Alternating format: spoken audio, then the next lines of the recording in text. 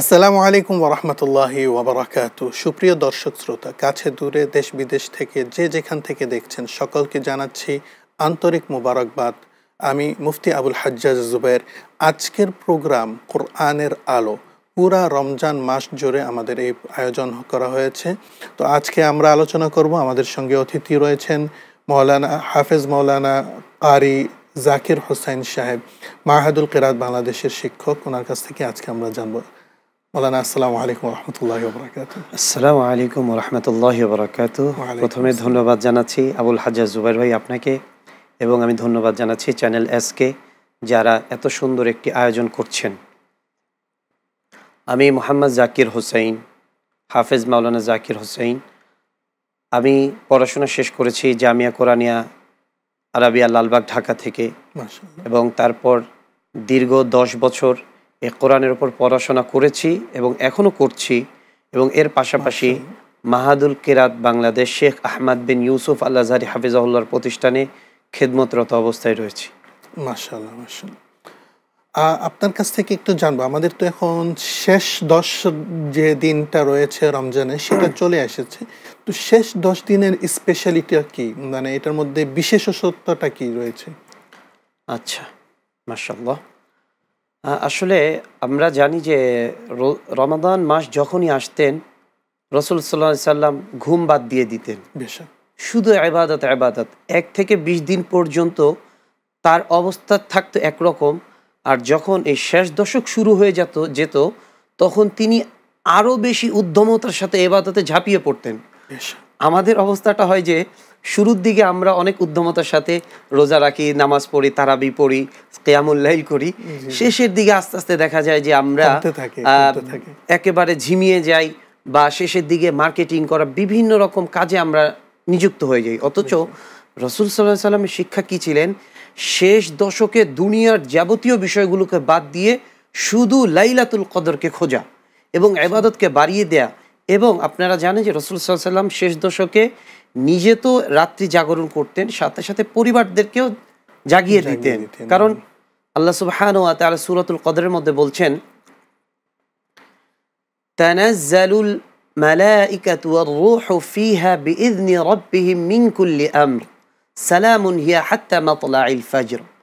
এমনি তো এই রাত্রে কোরআন নাজিল হয় এই শবে কদরের রাতে, আর এই শবে কদরের রাত্রিতে আল্লাহ সুবহানাহু ওয়া তাআলা বলেন যে জিবরাইল আমিন আলাইহিস সালাম এবং ফেরেশতাদের দল তারা সবাই জমিনে চলে আসেন, এবং যারা ইবাদত করতে থাকেন তাদের উপর শান্তি বর্ষিত করেন।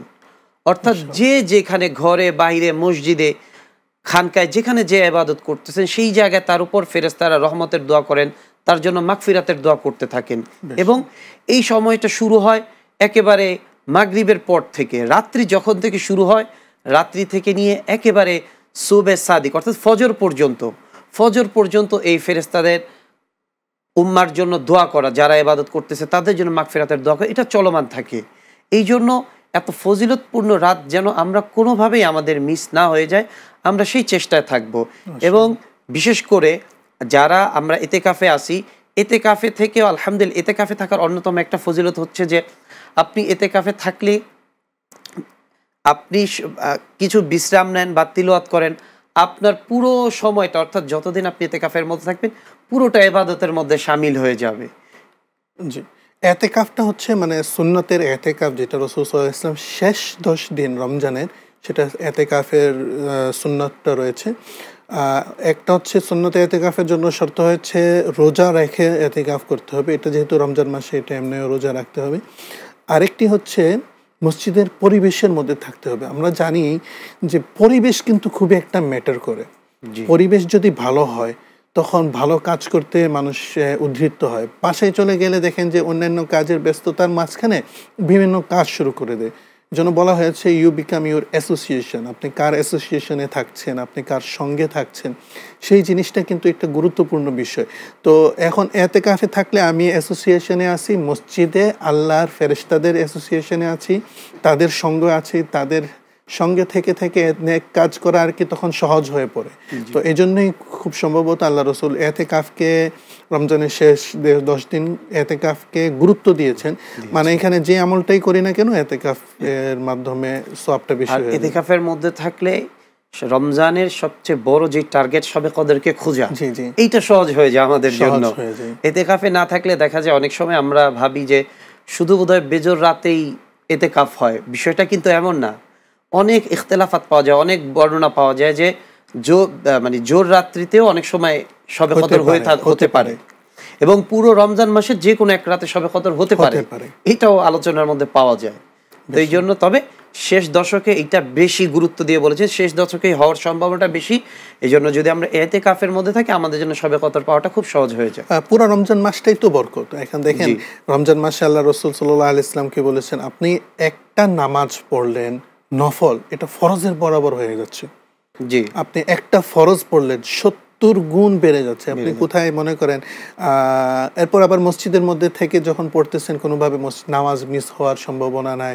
আপনি এরপরে জামাতের সাথে পাচ্ছেন, তাকবীরুল্লাহ ধরতে পারছেন, ওই সব ধরনের ফজিলতগুলি রয়েছে। রমজান মাস তো এটা পুরাটাই রয়েছে। এতেকাফের মধ্যে যখন হয় তখন এই ফজিলতগুলোকে ধরা অনেক সহজ হয়ে যায় আর কি। আচ্ছা, মাশাআল্লাহ। তো এতেকাফ করার মাধ্যমে আসলে জাহান্নাম থেকে আমরা অনেক দূরে জাহান্নাম আমাদের থেকে অনেক দূরে চলে যায়। যে হাদিস শরীফের মধ্যে আসছে যে একদিন এতেকাফ করার মাধ্যমে জাহান্নাম ওই ব্যক্তি থেকে 1 খন্দক দূরে 3 খন্দক দূরে চলে যায়। জি জি জি জি 1 খন্দকের সফর হচ্ছে 500 বছরের। জি, তো এটা আলহামদুলিল্লাহ অনেক বড় একটি সওয়াবের বিষয়। আর সুন্নতে এতেকাফ তো অবশ্যই সওয়াবের বিষয় রয়েছে। তো আল্লাহ তাআলা আমাদের সকলকে, এখন যেহেতু সামনে এতেকাফের দিনগুলো আসছে, এই দিনগুলোতে যেন আমরা সকলেই এতেকাফ করি। এটা কিন্তু নবীর অনেক গুরুত্বপূর্ণ সুন্নত। রাসূল সাল্লাল্লাহু আলাইহি ওয়াসাল্লাম সারা জীবনই এতেকাফ করে গেছেন। জি, এবং সবাই যারা আইম্মারা রয়েছেন, সাহাবারা রয়েছেন, সকলেই এতেকাফ করতেন এবং পৃথকভাবে একটা রুম করে দিতেন। আচ্ছা, আমাদের দেশে অনেক সময় দেখা যায় কিছু লোক আর কি ভাড়া করে নিয়ে আসে, ভাই আমাদের মসজিদে একজন এতেকাফের জন্য বসে দেন। এই বিষয়টাকে কিরকম ভাবে দেখেন? আসলে বিষয়টা হচ্ছে যে এতেকাফের বিষয়টা হচ্ছে এইটা একটা ফরজে কিফায়া আমলের মতো, অর্থাৎ সুন্নতে মুআক্কাদা কিফায়া। তো মানে একজন করলে পুরো মসজিদ পুরা এলাকার মানুষের পক্ষ থেকে এই ওই যে মহল্লায় মসজিদ থাকবে ওই এলাকার একজন আদায় করলে পুরো এলাকার জন্য এটা আদায় হয়ে যাবে। তো এটা করতে হবে যে এখন যদি অনেককে দেখা যায় আসলে এতেকাফ ওই এলাকার মানুষেরই করতে হবে। আচ্ছা, জি। এর জন্য আমাদের মসজিদের ইমাম সাহেব তারাও এর উপরে তালিম করবেন এবং মহল্লাবাসীকে তাদেরকে দাওয়াত দিয়ে রাজি করাবেন, যে আগ্রহ তৈরি করবেন আর কি। ফজিলতগুলির শুনে আগ্রহটা তৈরি করাইতে হবে আর কি, তাহলে গিয়ে বসার জন্য তৈরি হবে। যে এই জন্য রমাদানের মধ্যে আমি মনে করি যে কোরআনের দার্স থাকা দরকার। কোরআন আসলে যদি আমরা না বুঝি আমরা রমাদানও বুঝতে পারবো না, আমরা এতেকাফও বুঝতে পারবো না। অর্থাৎ কোরআন আমাদের জানা না থাকলে, কোরআনের ইলম আমাদের না থাকলে আমরা ইসলামের সমস্ত বিষয়ের পালন করার ক্ষেত্রে আমাদের জন্য কঠিন হয়ে যাবে এবং বোঝাটাও ভুল হয়ে যাবে আমাদের জন্য। তো কোরআনটাকে শিখতে হবে, জানতে হবে, কোরআনের দর্শটাকেও জানতে হবে। তো এটা যদি শিখি তাহলে আমরা সবগুলো বিষয় জানতে পারবো। এতেকাফের মধ্যে আমাদের মেইন জিনিসটা কি, মসজিদে থাকতে হবে, কোনো শরীয়ত সম্মত ওজর ব্যতীত মসজিদের বাইরে যেতে পারবো না। তো এটাই হয়তো অনেকের কাছে কষ্ট হয়ে দাঁড়ায়, এই কষ্টটার জন্য বসতে চায় না, বা কিন্তু এটা আসলে অনেক মানে সওয়াবের আমল। এটার জন্য নিজের ইচ্ছায় স্বেচ্ছায় আসা দরকার। মানে এটার জন্য কেউ যে পুরা মহল্লার পক্ষ থেকে একটা চাঁদা তোলা হইলো, ভাড়া দিয়ে একজনকে নিয়ে আসলাম, এটা না করা আর কি। নিজের পক্ষ থেকেই বের হওয়া। কেননা আল্লাহ তাআলা আপনি যতই ইনকাম করেন না কেন, বরকত তো আল্লাহর হাতে, রিজিক তো আল্লাহর হাতে। আপনি যখন দেখবেন একটা আমল করছেন নেক, তো আল্লাহ তাআলা আপনার ওই বরকতের, ওই আমলের কারণে আপনার জিন্দেগিতে বরকত দিয়ে দিচ্ছে। আর যেখানে আমরা মনে করছি যে না মার্কেট খোলা রাখতে হইবে, ওইখানে বাজার সদাই না করলে যে আমার ইনকাম থাকবে না, আমার পরিবার চলবে না, আমার ক্ষতি হয়ে যাবে, দেখা যাবে যে ভাই ওইখান থেকে আসলেও কিছু আসলেও বরকতটা থাকছে না। তো আমাদের এখন উচিত আলহামদুলিল্লাহ সামনে যে 10 দিনটা আসতেছে আমরা সকলেই নিয়ত করি যে এতেকাফ করার জন্য। মহিলারাও এতেকাফ করতে পারে বাসায়, মহিলারা বাসায় এতেকাফ করবেন, একটা রুমকে বা একটা কর্নারকে নির্দিষ্ট করে ওইটার মধ্যে এতেকাফ করতে পারেন। আর পুরুষরা মসজিদে করবেন, নিজের মহল্লার মসজিদে, কাছের মসজিদে, সেগুলোতে এতেকাফ করেন। আল্লাহ আমাদেরকে এই বিষয়গুলিতে আমল করার তৌফিক দান করুক। তো ইনশাআল্লাহ আপনার সাথে আরও আলোচনা শুনবো আমরা। তো এখন এই মুহূর্তে একটা সময় হয়েছে বিরতির। ইনশাআল্লাহ বিরতির পরে আবার আপনাদের কাছে ফিরছি। চোখ রাখবেন চ্যানেল এসে।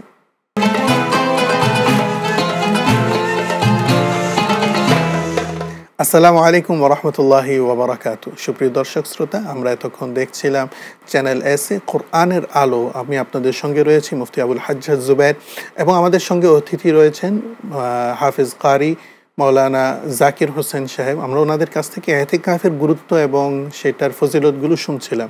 তো মাওলানা সাহেবের কাছে একটু জিজ্ঞাসা করব যে কোরআন তো অবতীর্ণ হয়েছে এই রমজান মাসের মধ্যে, এখন কিভাবে অবতীর্ণ হয়েছে এবং তারপরে এটাকে সাহাবারা কিভাবে সংরক্ষণ করছেন আর কি, আল্লাহর নবী থেকে আমাদের কাছে যে কোরআনটা আসছে সেটা কিভাবে স্টেপ বাই স্টেপ যদি একটু বর্ণনা করতেন। আচ্ছা, মাশাআল্লাহ। আসলে কোরআন এটা হেফাজত করার দায়িত্ব সম্পূর্ণ আল্লাহ তাআলা নিয়ে নিয়েছেন। কোরআনের মধ্যে আল্লাহ তাআলা নিজেই বলেছেন, ইন্না নাহনু নাযালনা যিকরা ওয়া ইন্না লাহু লাহাফিযুন। আল্লাহ তাআলা কোরআনকে নাজিল করেছেন এবং এই কোরআনকে আল্লাহ তাআলা হেফাজত করবেন। যদিও আমাদের অনেকের প্রশ্ন থাকে সেই 1400 বছর আগে একই রকম কিভাবে থাকবে, কারণ দুনিয়ার যাবতীয় কিতাব বলেন, যত কিতাব আছে কোরআন বাদে প্রত্যেকটা কিতাবের মধ্যে সংস্করণ হয়েছে।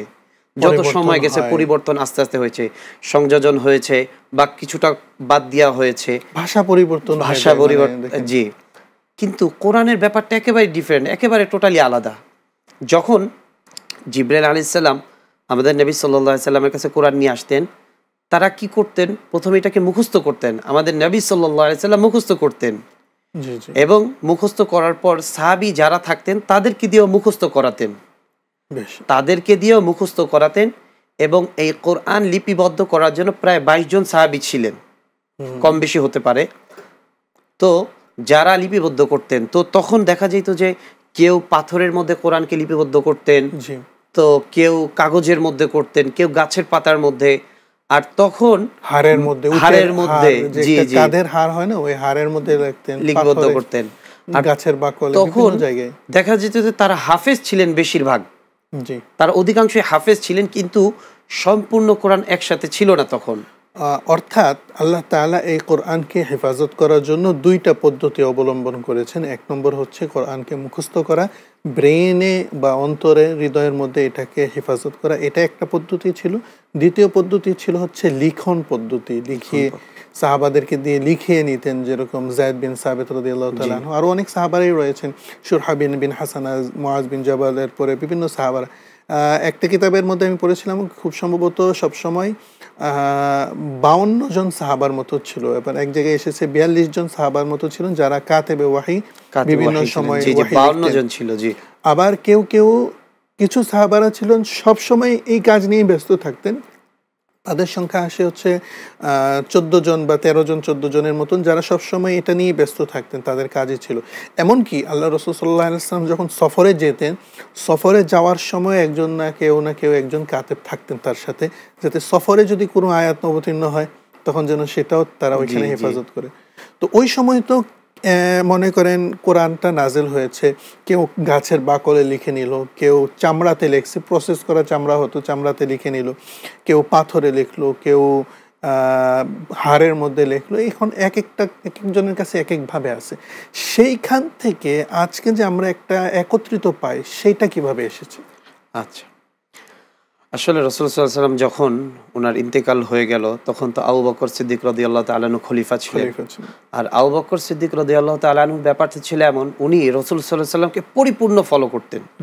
অর্থাৎ একটু আগেও যাবেন না, একটু পিছনেও যাবেন না, একদম যতটুকু রাসূল করেছেন ততটুকুই তিনি করতেন। আবার এইদিকে ওমর রাদিয়াল্লাহু তাআলা আনহু অনেক বিষয় নিজে থেকে কিছু চিন্তা ভাবনা করতেন। তো যখন আবু বকর সিদ্দিক রাদিয়াল্লাহু তাআলা আনহু খলিফা ছিলেন, তখন ওমর রাদিয়াল্লাহু তাআলা আনহু চিন্তা করলেন যে এখানে একটা ঘটনা ঘটে যায় যে ইয়ামামার যুদ্ধে একটি যুদ্ধ সংগঠিত হয়। তো ওই যুদ্ধে প্রায় 70 জনের মতো হাফেজ শহীদ হয়ে যায়। 700 জনের মতো, 700 জন, জি 700 জন। এই যুদ্ধটা ইয়ামামার যে যুদ্ধটা, এটা মনে হয় ওই যে মুসাইলামাতুল কাজ্জাব, একজন মিথ্যা নবী যিনি নিজেকে মিথ্যা নবী দাবি করেছিলেন, ওই দিক থেকে যুদ্ধটা সংগঠিত হয়। তো অনেক হাফেজ শহীদ হয়ে যাওয়াতে ওমর রাদিয়াল্লাহু তাআলা আনহু বিষয়টা নিয়ে চিন্তা ভাবনা করতে লাগলেন যে হাফেজরা যদি সব চলে যায় তখন কি হবে। তখন তিনি আবু বকর সিদ্দিক রাদিয়াল্লাহু তাআলা আনহুর কাছে একটি উপস্থাপন করলেন যে আমরা সব জায়গা থেকে, এখানে আরেকটা বিষয় হচ্ছে যে তখন কিন্তু আপনার ওই যে হরফের মধ্যে নুক্তা, জবর, জের, পেশ এগুলো কিছুই ছিল না। হ্যাঁ, এগুলি পরে এসেছে। হ্যাঁ, এইগুলো তখন শুধু কোরআন ওই যাদের মুখস্থ ছিল এবং যারা আরব ছিলেন তারাই পড়তে পারতেন। তো বিভিন্ন রকম সমস্যা হচ্ছিল অনারবি যারা ছিলেন। তো ওমর ফারুক রাদিয়াল্লাহু তাআলা আনহু আবু বকর সিদ্দিক রাদিয়াল্লাহু তাআলা আনহু বিষয়টাকে বললেন, তো যে আমরা কোরআনটাকে একত্রিত করি, একটা মুসহাফে পরিপূর্ণ একটা মুসহাফ যত জায়গায় ছিড়িয়ে ছড়িয়ে যেখানে কোরআনগুলো আছে, মানে হাফেজরা যদি শহীদ হইতে থাকে দুনিয়া থেকে, যদি হাফেজরা চলে যায়, তাহলে নতুন কেউ হেফজ করতে চাইলে তো এক একজনের কাছে এক একটা সূরা আছে, কোনটা কার কাছে আছে তো এটা তো খুঁজে পাবে না। নতুন জেনারেশনের কাছে কোরআনটা মুখস্থ করা এটা কঠিন হয়ে যাবে। আল্লাহ রাসূল সাল্লাল্লাহু আলাইহি ওয়াসাল্লাম খুব গুরুত্ব দিয়েছিলেন হেফজ করার ক্ষেত্রে। নিজে যেরকম প্রত্যেকটা আয়াতকে পড়তেন, যে লা তুহাররিক বিহি লিসানাকা লিতাআজালা বিহি, যে সাথে সাথে মুখস্থ করার চেষ্টা করতেন। তো এটাও বলা হয়েছে যে আপনি এত দ্রুত পড়ার কষ্ট করবেন না, আল্লাহ তাআলা আপনাকে এই কোরআনকে ইন্না আলাইনা জামাহু ওয়া কুরআনা, এই কোরআনকে জমা করা, একত্রিত করা, এটার দায়িত্ব কিন্তু আল্লাহই নিয়েছেন। তার মানে আবু বকর রাদিয়াল্লাহু তাআলা আনহু যে কাজটা করেছেন সেটা হচ্ছে সংরক্ষণ করা। আচ্ছা, এটার দায়িত্ব কাকে দিয়েছেন?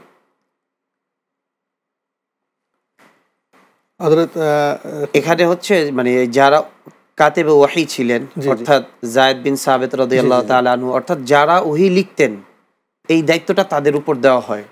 মেইন দায়িত্বে যায়েদ বিন সাবিত রাদিয়াল্লাহু, ওনার আন্ডারে যারা কাতেবে ওয়াহি ছিলেন তারাই মানে এটাকে সংরক্ষণ করার দায়িত্ব গ্রহণ করেছিলেন, যে কিভাবে কোরআনকে একত্রিত করা হয়, মানে একসাথে করে রাখবো।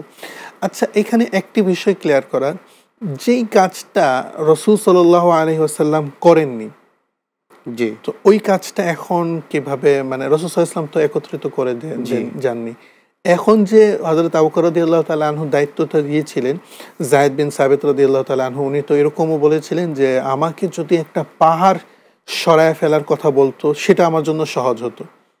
পাহাড় সরানো মানে এটা দেখেন কতটুকু গুরুত্বপূর্ণ, কোরআন আল্লাহর কালাম, একটা শব্দ যেন এদিক ওদিক না হয়, এটা খুবই গুরুত্ব ছিল। তো ওই ক্ষেত্রে আবু বকর রাদিয়াল্লাহু তাআলা আনহু যেটা বুঝিয়েছিলেন যায়েদ রাদিয়াল্লাহু তাআলা আনহুকে, দেখেন আল্লাহ রাসূল সাল্লাল্লাহু আলাইহি ওয়াসাল্লামের জমানার মধ্যে এই কাজটা সম্ভব ছিল না, কখনোই হইতেই পারতো না।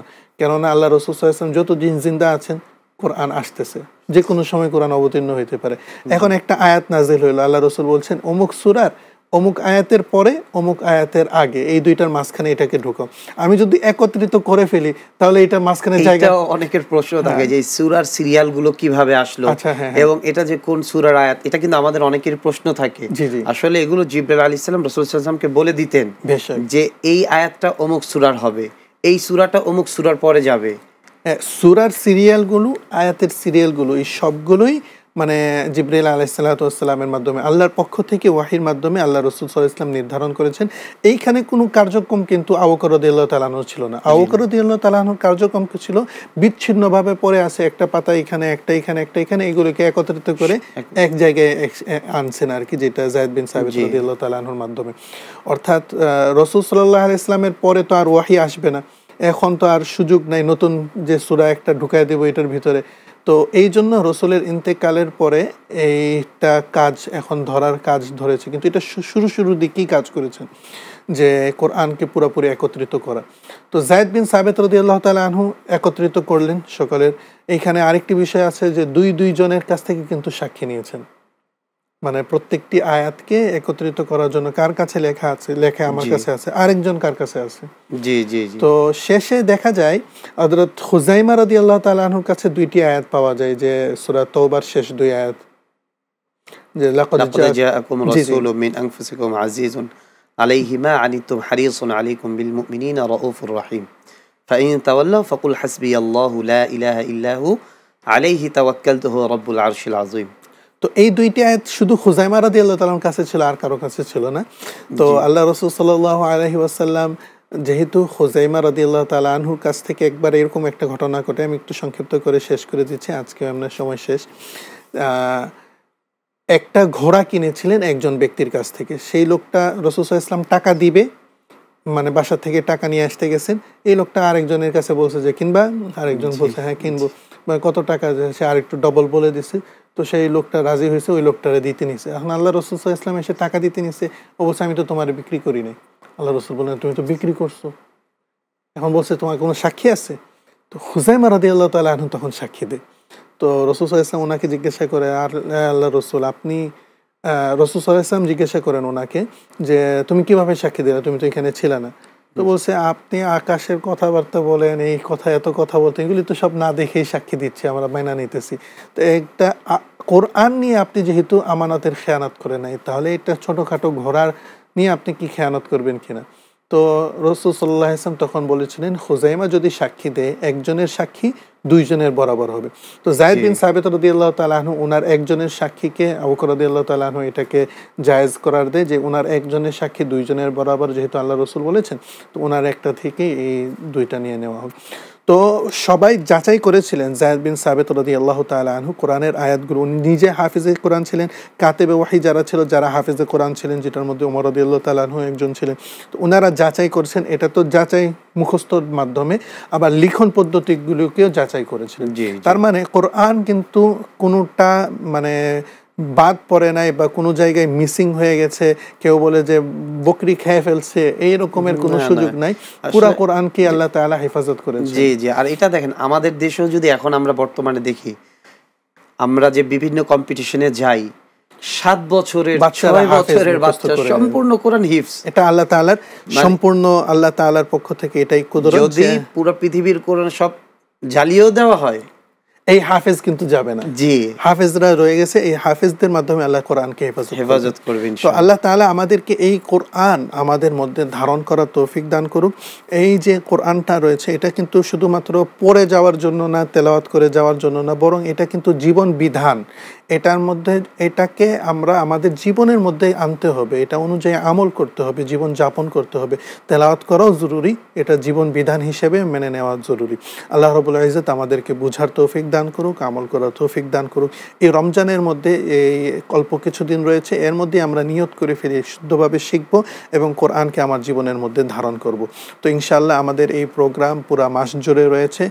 আগামীকালও সেম টাইমের মধ্যে চ্যানেল এসে আমাদের প্রোগ্রামকে এনজয় করবেন। কোরআনের আলো আজকে এখানেই বিদায় নিচ্ছে। আমি মুফতি আবুল হাজ্জাজ জুবায়ের। আসসালামু আলাইকুম ওয়া রাহমাতুল্লাহি ওয়া বারাকাতুহু।